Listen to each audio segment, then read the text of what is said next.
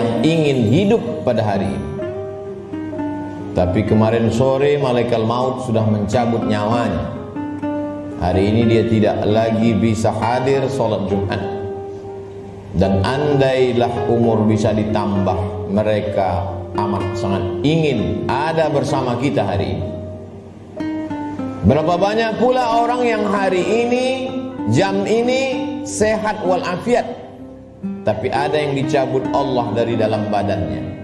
Ruhnya masih bersemayam dalam jasad, tapi yang dicabut adalah nikmat iman dan Islam. Tak ada lagi rasa takutnya kepada Allah, sehingga meninggalkan sholat Jumat ringan saja, seperti meninggalkan sandal di tepi jalan. Tak ada sedikit pun khawatirnya terkena azab kubur, tak ada takutnya pada azab neraka. Laknat yang paling mengerikan bukan miskin, laknat yang paling menakutkan bukan sakit. Laknat adalah ketika tak ada rasa takut dalam hati. Maka ketika masih ada rasa cemas, rasa takut, bersyukurlah, berarti masih ada benih-benih iman dan Islam yang dipupuk, disiram dengan mendengarkan ceramah, tausiah, pengajian, khutbah, dan dia akan berbuah ketika dilaksanakan dalam bentuk amal saleh. Semakin zaman ini hebat, semakin canggih, maka rumah sakit semakin banyak, dokter-dokter spesialis lulusan luar negeri bertebaran seperti bintang di tengah langit. Tapi apakah umur manusia makin panjang? Tidak. Apakah penyakit makin hilang? Tidak. Dulu zaman datuk nenek kita, mereka umur 70 tahun, masih tajam parang panjangnya untuk pergi ke sawah, ke hutan. Hari ini umur 40 tahun, pergi ke rumah sakit, terkena diabetes, terkena asam urat. Terlalu banyak daftar nama penyakit untuk disebutkan. Artinya apa? Kecanggihan teknologi tidak bisa menambah umur manusia.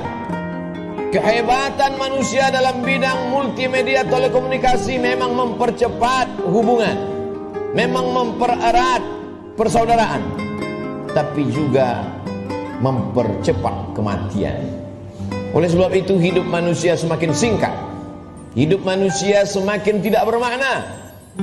Cobalah kita renungkan berapa banyak saudara yang sebaya, yang seusia, satu sekolah, tetangga, kawan akrab, lebih muda dari kita, lebih sehat dari kita, lebih ganteng dari kita, tapi ternyata mereka tidak lagi bersama dengan kita. Lalu apa yang perlu kita siapkan? Yang kita siapkan adalah bahwa ketika ruh keluar dari jasad, tidaklah seperti tetesan embun yang jatuh dari daun yang basah. Ketika ruh keluar dari jasad, tidaklah seperti air liur yang keluar dari mulut tak terasa. Ketika ruh keluar dari jasad, Nabi SAW bertanya kepada orang-orang yang ruhnya sudah keluar dari jasad ketika beliau Isra dan Mi'raj, bagaimana yang kalian rasakan wahai mayat, wahai ruh yang pernah bersemayam dalam jasad lalu kemudian keluar dari jasad? Mereka menjawab, seperti kambing yang dikuliti hidup-hidup. Mereka menjawab, seperti tebasan pedang di tempat yang sama diulang beratus kali. Mereka menjawab, seperti mata kail pancing ditarik dari kulit yang basah, tercabut urat-urat dan dagingnya, ikut ke mata kail pancing. Begitulah sakitnya. Lalu yang perlu kita siapkan, apa yang bisa meringankan sakaratul maut itu? Di antara yang bisa meringankan sakaratul maut adalah shadaqatus sirri tadfa'u mitatasu, sedekah menghilangkan mati su'ul khatimah. Selama ini kita diajarkan berdoa, Allahumma hawwin alaina fi sakaratil maut, ringankan kami waktu sakaratul maut ya Allah. Baik, doa bagus. Habis selesai salat meminta kepada Allah, Allahumma hawwin alaina fi sakaratil maut. Indah, cantik. Tapi ada yang lebih bagus lagi untuk supaya kita ringan waktu sakaratul maut, yaitu dengan cara bersedekah. Yang mewakafkan tanah masjid ini, yang mewakafkan semen, yang mewakafkan batu, kosen, jendela, tak tahu kita siapa namanya, tapi dengan sedekahnya itu dia sudah memperingan sakaratul maut. Sampai hari ini orang yang mati itu tidak pernah hidup lagi untuk bercerita kepada kita. Mimpi pun tak dapat kita pesan. Bolak-balik kita minta untuk bermimpi dengan datuk, ayah, emak, tak dapat berjumpa dengan mereka. Andai pun berjumpa dalam mimpi, tak pula dapat kita membuat pertanyaan-pertanyaan yang sudah kita sediakan sebelum tidur. Satu-satunya cara hanya dengan menyebut, membaca, mengingat hadis-hadis Nabi Muhammad sallallahu alaihi wasallam. Dan itu adalah iman. Hari ini orang sedang krisis dengan iman. Dia tidak lagi percaya. Mana itu alam akhirat? Mana itu alam barzah? Mana itu roh? Aku tidak percaya kepada yang tak nampak. Aku tidak percaya kepada yang tidak terlihat. Yang aku percaya hanya yang bisa aku pegang dengan tangan, yang bisa aku rasa dengan lidah, yang aku tatap dengan mata, yang aku dengar dengan telinga. Begitu sombongnya manusia berkata, mana itu? Mana dia? Mana yang tidak nampak itu? Tapi ketika kematian datang, adakah yang bisa melihat kematian? Percaya, mati. Tak percaya pun mati. Percaya dan tak percaya, semuanya akan mati menghadap Allah Subhanahu wa ta'ala. Silakan tidak percaya. Mau menjadi kafir, silakan. Mau menjadi orang munafik, silakan. Mau menjadi Abu Jahal, Abu Lahab, silakan. Mau menjadi Qarun, Fir'aun, silakan. Fir'aun mati, Abu Jahal mati, Qarun pun mati. Semua yang tidak percaya mati, dan semua yang percaya menghadap Allah Subhanahu wa ta'ala. Kelak kita semua akan merasakan sakratul maut itu. Bila ada orang yang sudah meninggal dunia, jangan terlalu habis air mata diteteskan untuk mereka. Mengapa demikian? Karena mereka yang sudah mati itu merasakan tiga. Mereka sudah melihat malaikat maut, mereka sudah merasakan sakratul maut, dan mereka sudah mendapatkan husnul khatimah. Bagi yang beramal soleh. Adapun yang larut dalam kesedihan, menangis sampai tak bertepi, sesungguhnya engkau termasuk orang-orang yang mubazir. Innal mubazirina kanu ikhwanas syayatin. Orang mubazir saudara setan. Menangislah karena usia yang lalu tak dapat diulang kembali. Menangislah karena masa-masa muda yang diisi dengan dosa tak dapat diminta ampunannya kepada Allah. Ainani, ada dua mata, la yamassuhuman nar, yang tidak akan terkena azab api neraka. Ainun bakat min khasyatillah, mata yang menangis karena takut kepada Allah. Bulu mata, alis mata yang pernah terkena tetesan air mata, maka itu akan selamat dari azab neraka jahanam. Ainun tahrusu fi sabilillah, mata yang berjaga di tengah malam, menjaga Masjidil Aqsa, takut dirampas oleh tentara Israel. Pejuang-pejuang fi sabilillah, itulah mata yang selamat dari azab Allah Subhanahu wa ta'ala. Setelah mati menghadap Allah, bebas dari sakratul maut, mereka adalah orang-orang yang mati syahid. Orang mati syahid itu tidak merasakan empat, tidak merasakan sakratul maut. Sakratul maut mereka seperti cubitan pada kulit yang lembut. Mereka tidak merasakan azab kubur, mereka tidak merasakan hisab. Mereka langsung masuk ke dalam surga Allah Subhanahu wa ta'ala. Wala taqulu liman yuqtalu fi sabilillahi amwat. Jangan kau katakan mereka yang mati syahid itu mati. Bal ahya, mereka hidup. Walakin la tash'urun, kamu yang tak dapat merasakannya. Setiap muslim mesti berniat mati syahid. Andai dia tidak mati syahid, maka niatnya menyampaikannya. Innamal a'malu binniyat. Seorang akan mendapatkan sesuai dengan niatnya. Iskariman au mut syahidan. Kalau hidup, hidup mulia. Kalau mati, matilah sebagai seorang syuhada. Kenapa kita masih hidup hari ini? Kenapa Allah masih semaikan nyawa dalam badan kita? Mengapa kita masih diizinkan melangkahkan kaki, mengayunkan tangan? Kenapa orang yang lebih sehat dari kita lebih dulu mati daripada kita? Kenapa orang yang lebih muda daripada kita lebih dulu meninggal daripada kita? Sesungguhnya Allah buat kita hidup karena dosa kita masih banyak. Allah sayang dengan kita, Dia tunggu kita bertobat. Sesungguhnya Allah buat kita hidup karena Allah tahu kita belum punya bekal yang banyak. Senantiasa husnuzon kepada Allah. Orang-orang beriman, dia tahu bahwa umurnya itu masih dititipkan Allah. Allahumma ja'alil hayata ziyadatan lana fi kulli khair. Kalau kau takdirkan aku masih hidup besok pagi, jadikan hidup besok pagi sebagai amal saleh. Waj'alil mauta rahatan lana min kulli syarr. Kalau kau takdirkan aku mati malam ini ya Allah, tidak terbangun lagi besok pagi, kematian itu pun kematian yang indah karena husnul khatimah, karena selamat dari sakratul maut. Dan yang paling penting, berhenti dari segala perbuatan dosa. Orang beriman tidak pernah bersedih. Umurnya panjang, amalnya bertambah. Umurnya pendek, dosanya berkurang. Orang beriman tidak pernah berduka cita. Kenapa? Karena dia ridha menerima ketetapan Allah Subhanahu wa ta'ala. Lewat dari sakratul maut, selesaikah kehidupan? Belum. Keliru orang yang berkata, mari kita hantar jenazah ini ke tempat peristirahatan yang terakhir. Istirahat kata siapa? Liang kubur sudah siap menjepit bagi mereka yang curang. Curang timbangan, curang sempadan tanah, curang sempadan batas kebun. Mereka akan dihimpit 7 lapis tanah. Berapa banyak tukang gali kubur yang sudah mengukur panjang kubur 170 cm, tapi begitu diukur dengan galah, dengan buluh, dengan bambu, jenazah dimasukkan ke dalam. Kenapa berkurang? Kalaulah dikatakan tukang penggali kubur salah ukur, tidak mungkin, karena dia mengukur dengan bambu, dengan buluh. Tidak mungkin dia salah ukur. Jadi apa sebenarnya yang terjadi? Maka liang lahat sudah siap-siap menjepit, meremukkan tulang belulang, meluluhlantakkan jenazah yang mati menghadap Allah Subhanahu wa ta'ala. Ujian kedua yang akan dihadapi adalah azab kubur.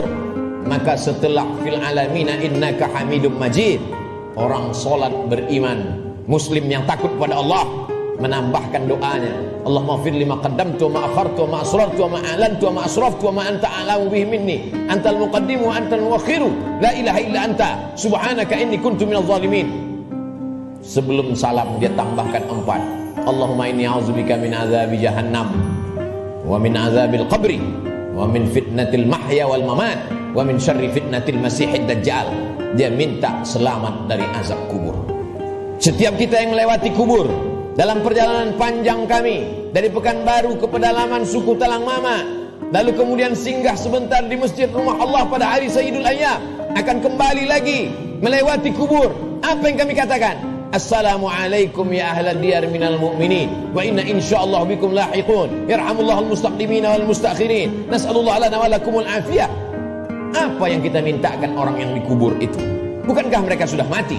Orang yang hidup kita ucapkan Assalamualaikum, selamat anakmu, selamat keluargamu, selamat rumahmu, selamat hartamu, selamat sawitmu, selamat karetmu, selamat kebunmu, selamat dagangmu, selamat rukomu, selamat rumah makanmu.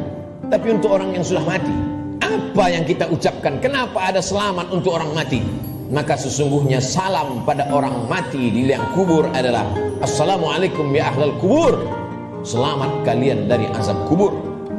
Hadisnya sahih, diriwayatkan oleh Sayyidatuna Aisyah Ummul Mukminin.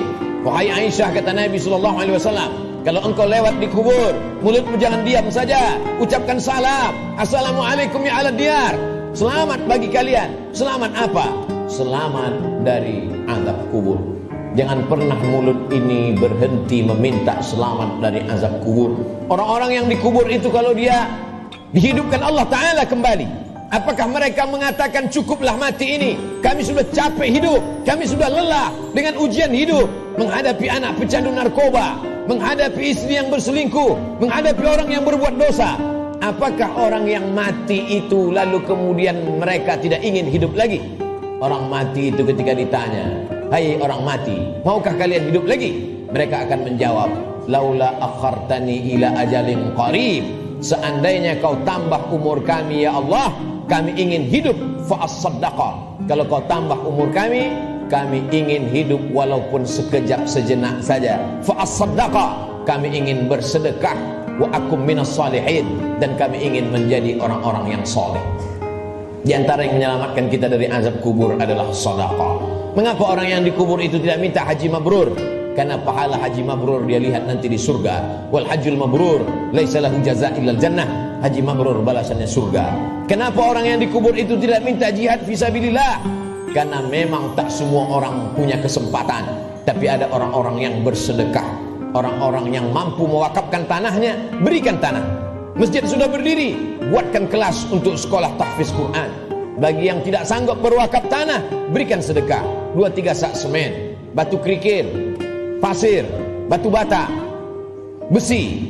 Itu semua akan menolong sampai hari kiamat. Selama masjid ini masih ada orang sholat berjamaah, Masih ada orang lagi membaca zikir, tasbih, tahmid, takbir, tahlil. Mengalir, lapang alam kubur, terang benderang alam barzah. Orang yang meninggal itu hidungnya ditempelkan ke dinding liang lahat. Bagi orang yang meninggal dunia tidak dimasukkan ke dalam keranda, maka jenazahnya ditempelkan, hidungnya menempel ke liang lahat. Cobalah kita berbaring, tempelkan hidung ke dinding. Berapakah jarak antara mata kita ke dinding? Begitulah jarak kita dekatnya dengan dinding. Pandang ke depan, pandang ke belakang, pandang ke atas, pandang ke bawah, tak ada yang bisa dipandang. Gelap gulita, tempat yang paling gelap, tempat yang paling sepi, tempat yang paling sunyi. Apa yang sudah kita persiapkan? Berapa banyak orang mempersiapkan hidup untuk kehidupan setelah pensiun? Berapa banyak orang mempersiapkan hidup setelah hidupnya tenang, dia akan siapkan untuk anaknya. Setelah anaknya tenang, dia siapkan untuk cucunya. Setelah cucunya tenang, dia siapkan lagi untuk generasi sampai hari kiamat. Tapi dia tak pernah berpikir berapa lama dia akan berada di alam barzah, berapa lama dia akan berada di alam kubur. Orang yang meninggal tahun 1000, hari ini sudah 2021, berarti 1021 tahun dia sudah berada di alam kubur. Orang pensiun umur 58, 56, maka dia hanya mempersiapkan 63 tahun, 5 tahun, 4 tahun, 7 tahun. Kalaupun berlebih 10 tahun, apa yang sudah dia persiapkan untuk berada di alam kubur? Rumah yang besar akan tinggal, kebun yang luas akan tinggal, kendaraan yang mahal akan tinggal, diambil oleh ahli waris, mereka bagi-bagikan. Kalau mereka soleh, mereka akan mengundang anak yatim, fakir miskin, bersedekah. Mereka bayarkan sekolah anak yatim, anak duafa tidak mampu. Tapi kalau tidak, maka apa yang sudah kita sedekahkan, itu saja yang akan kita bawa menghadap Allah Subhanahu wa ta'ala. Sampai akhirnya datanglah hari kiamat, diledakkan lautan naik ke darat. Idza sama'un fatarat, langit terbelah. Wa idzal kawakibun tasarat, planet-planet bertabrakan. Wa idzal biharu fujirat, lautan meledak naik ke darat. Wa idzal quburu bu'athirat, semua yang dikubur dibangkitkan. Alimat nafsum ma qaddamat wa akhar. Ketika itulah baru orang semua sadar bahwa hidup hanya mimpi. Mimpi jadi orang kaya, mimpi jadi penguasa, mimpi jadi orang yang dihormati dan dimuliakan, mimpi menjadi ustadz dan ulama. Yang kekal abadi hanyalah amal-amal soleh semata. Saat itulah dia akan menghadap Allah Subhanahu wa ta'ala. Isma syi'ta, hidup sesuka hatimu, fa innaka mayyit, karena sesungguhnya kau akan menjadi mayat. Sampai masanya ditiupkan sangkakala, manusia berada di alam barzah. Setelah itu dia berdiri di padang mahsyar. Saat itu tidak ada siapapun yang bisa menolong. Yauma yafirrul mar'u min akhihi, saudara kandung pun akan lari dari saudaranya. Wa ummihi wa abihi, ibu akan lari dari anaknya, anak lari dari ibu kandungnya. Wa sahibatihi wa banihi, suami akan lari dari istri, istri melarikan diri dari suami. Anak-anak tak bisa menolong ayah, ibu tak bisa menolong anak. Likulli imri'in minhum yawma idzin sya'nun yughni, setiap orang hanya akan mementingkan dirinya sendiri. Apa yang kita tanam hari ini, itulah yang akan kita tuai. Tangan mencincang, bahu memikul. Sedangkan padi yang kita tanam belum tentu akan kita panen padi. Tumbuh juga rumput-rumput liar. Konon lagilah rumput itu betul yang kita tanam. Jangan pernah bermimpi akan menuai padi. Inna awwala ma yuhasabu bihil 'abdu yaumal qiyamati as-shalah. Yang pertama kali dihitung, dihisab dari amal adalah salat. Sebanyak apapun zikir kita, sebanyak apapun sedekah kita, kalau tidak ada tempat bergantungnya salat, maka tidak bernilai di hadapan Allah. Idza salahat salahal amalu kulluh. Kalau salatmu baik, maka baiklah amalmu. Wa idza fasadat fasadal amalu kulluh. Kalau salatmu rusak, maka rusaklah seluruh amalmu. As-salatu ibaduddin. Salat adalah tiang agama. Hari ini masih ada anak-anak muda yang sholat ke masjid, nikmat besar bagi orang tuanya. Tapi ada orang tua yang tak sholat, musibah besar bagi umat. Sholat menjadi salah satu pesan Nabi sebelum dia meninggal. As-salah, as-salah. Sholat, pesan Abu Bakar ketika pertama kali menjadi khalifah. Qumu ila salatikum yarhamkumullah. Yang sholat mati, yang tak sholat pun mati. Orang Islam tetap ada fardu kifayah untuk melaksanakan sholat jenazah. Isma syi'ta, hidup sesuka hatimu, fa innaka mayyit, karena sesungguhnya kau akan menjadi mayat.